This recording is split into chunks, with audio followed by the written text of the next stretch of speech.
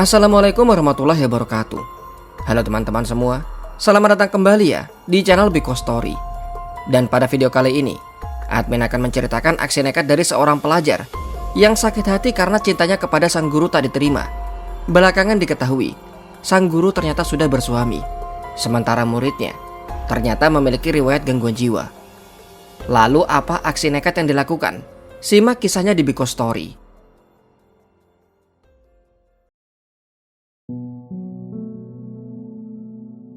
Bernama lengkap Wening Aji Pamusi, seorang guru cantik berusia 34 tahun. Ia adalah guru honorer yang mengajar mata pelajaran sejarah di dua sekolah, SMA Negeri 1 Lendah Kulon Progo dan SMK Negeri 1 Sewan Bantul. Sebagai pendidik, Bu Wening dikenal ramah dan perhatian kepada murid-muridnya. Ia berdedikasi meskipun statusnya masih honorer, bahkan bersedia mengajar di dua kabupaten berbeda demi mencukupi kebutuhan sekolah yang kekurangan guru sejarah. Bu Wening mengajar di SMAN 1 Lendah sekitar Juli 2019 sebagai guru sejarah di kelas 10. Secara pribadi, Wening adalah ibu rumah tangga yang sudah menikah.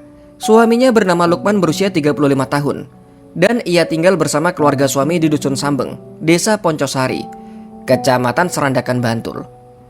Rekan-rekannya sesama guru menggambarkan Wening sebagai sosok yang penyabar dan sangat ramah, mudah akrab dan sangat dekat dengan murid-muridnya.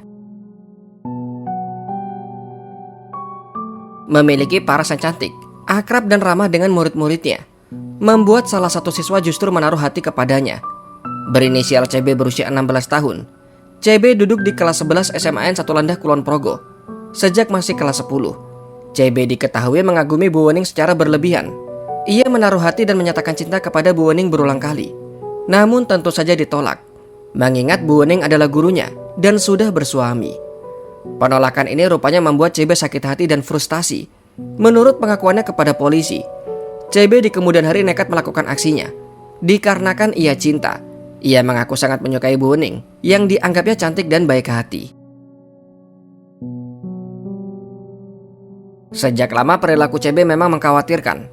CB diketahui memiliki riwayat gangguan kejiwaan dan halusinasi sejak masih di bangku SD kelas 5. Orang tuanya telah membawanya berobat rutin ke RSJ Gracia di Pakem, Sleman, dan CB rutin mengkonsumsi obat sejak masih SMP untuk menjaga kestabilan jiwanya. Pihak sekolah SMA 1 Lendah sebenarnya mendapat informasi dari orang tua CB mengenai kondisinya. Guru bimbingan konseling sekolah pernah diberitahu bahwa CB dalam perawatan rumah sakit jiwa. CB juga sering absen sekolah karena menjalani pengobatan dan pernah dijemput orang tuanya saat tidak muncul di sekolah meski dikatakan sudah berangkat. Meski demikian, di sekolah sehari-hari CB tampak seperti siswa biasa dan tidak ada perilaku aneh yang mencolok.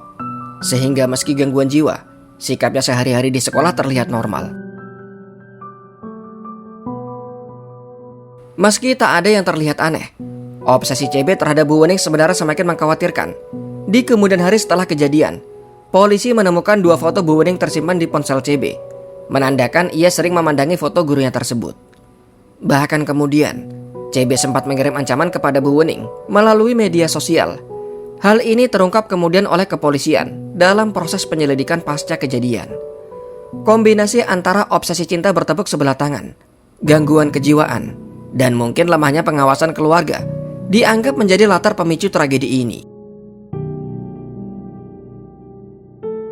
Rabu 20 November 2019, setelah menjalani rutinitas seperti biasanya, Bu Wening pulang ke rumah mertuanya di Dusun Sambeng 3, Serandakan, Bantul. Usai sholat Isya, sekitar pukul 9 malam, ia masuk kamar dan tertidur pulas karena merasa tidak ada hal yang aneh atau firasat apapun malam itu. Malam itu di rumah hanya ada Bu Wening dan ibu mertuanya, sang suami Lukman, serta ayah mertuanya Muslim Murtijo. Kebetulan sedang menghadiri acara rapat atau pengajian di masjid terdekat. Sementara ibu mertuanya, Ibu Nasiah berumur 62 tahun, berada di bagian depan rumah. Bu Wening tidur sendirian di kamar. Sekitar pukul 10 malam, CB mendatangi rumah Bu Wening yang sudah diincarnya. Ia mengetahui lokasi rumah gurunya itu dari pergaulan di desa. CB aktif dalam kegiatan seni tari di desanya dan pernah pentas di dekat rumah Bu Wening, sehingga ia tahu persis di mana letak rumah gurunya tersebut. Malam itu rumah tampak sepi dan lampu kamar Bu Wening sudah padam. CB melihat ada orang tua yang tak lain adalah ibu mertua Bu Wening yang ada di ruang depan. Sehingga ia memutuskan masuk lewat pintu belakang rumah. Diduga CB sempat menjebol pintu belakang yang semi permanen untuk masuk tanpa izin. Setelah berhasil menyusup ke dalam, CB awalnya berniat melakukan hal lain. Ia berencana mencuri pakaian milik Bu Wening sebagai kenang-kenangan dari guru pujaannya.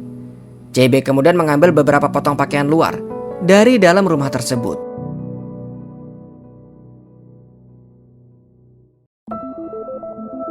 Saat hendak kabur keluar lewat dapur usai mencuri baju, CB melihat sebilah pisau dapur tergantung di dapur rumah. Melihat pisau tersebut, entah karena dorongan halusinasi atau emosi yang tak terkendali, timbul niat mendadak di benak CB untuk menyakiti guru kesukaannya. CB kemudian mengambil pisau itu dan mengendap menuju kamar Bu Wening. Kamar itu berpintu kayu tipis dan tidak terkunci rapat, sehingga CB sangat mudah untuk masuk. Tanpa banyak bicara apalagi peringatan, CB langsung melompat ke Bu Wening yang tertidur terlentang, lalu menyerang dengan alat yang dipegangnya ke arah ulu hati atau dada. Hal itu membuat Bu Wening kaget terbangun dalam kondisi tubuhnya tertindih dan mengerang kesakitan. Ia berusaha menjerit, namun suaranya lemah karena syok dan tenaganya mendadak hilang. Dalam remang-remang, Bu Wening menyadari bajunya sudah basah oleh bercak merah yang terus mengalir. Setelah melakukan aksinya, CB langsung panik dan melarikan diri keluar rumah melalui pintu belakang yang sama.